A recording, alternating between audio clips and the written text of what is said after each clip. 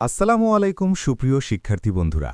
Suman study update YouTube চ্যানেলের পক্ষ থেকে তোমাদের জানাই আন্তরিক শুভেচ্ছা ও ভালোবাসা। আজকের ভিডিওতে এসএসসি 2026 পরীক্ষার্থীদের জন্য শিক্ষামন্ত্রীর একটি অত্যন্ত গুরুত্বপূর্ণ বক্তব্য নিয়ে কথা বলবো। আজ সোমবার 6 এপ্রিল ময়মনসিংহ অঞ্চলের কেন্দ্র সচিবদের সাথে মতবিনিময় সভায় শিক্ষামন্ত্রী ড.আ.ন.ম এহসানুল হক মিলন এমন কিছু কথা বলেছেন যা প্রতিটি পরীক্ষার্থীর জানা দরকার, তাই শেষ পর্যন্ত মনোযোগ দিয়ে দেখো। প্রথম বিষয়, এআই দিয়ে কেন্দ্রীয়ভাবে পরীক্ষা মনিটরিং।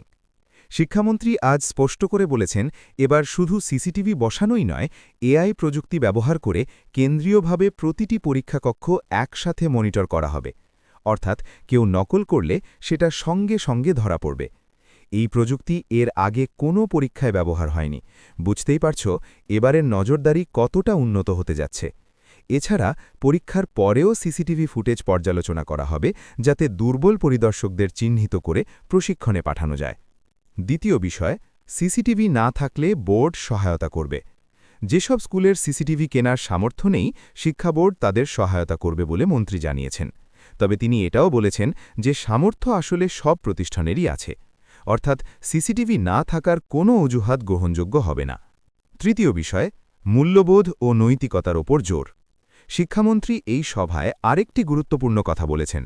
তিনি বলেছেন, সামাজিক, ধর্মীয়, নৈতিক, মানবিক ও পরিবেশগত মূল্যবোধ শিক্ষার্থীদের মধ্যে গড়ে তুলতে হবে।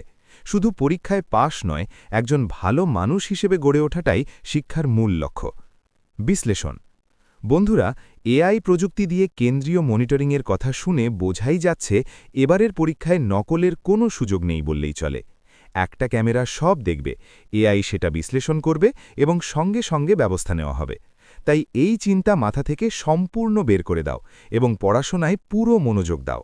নিজের মেধায় পরীক্ষা দাও, ভালো ফলাফল করো।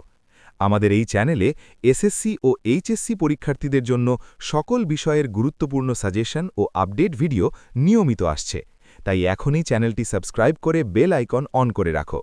ভিডিওটি উপকারে এসে থাকলে অবশ্যই একটি লাইক দাও, তোমার বন্ধুদের সাথে শেয়ার করো এবং নিচে কমেন্ট করে জানাও এআই দিয়ে পরীক্ষা মনিটরিংয়ের বিষয়টা জেনে তোমার কেমন লাগলো। আর এখনও সাবস্ক্রাইব না করে থাকলে এখনই বেল আইকন সহ সাবস্ক্রাইব করে ফেলো। আল্লাহ হাফেজ।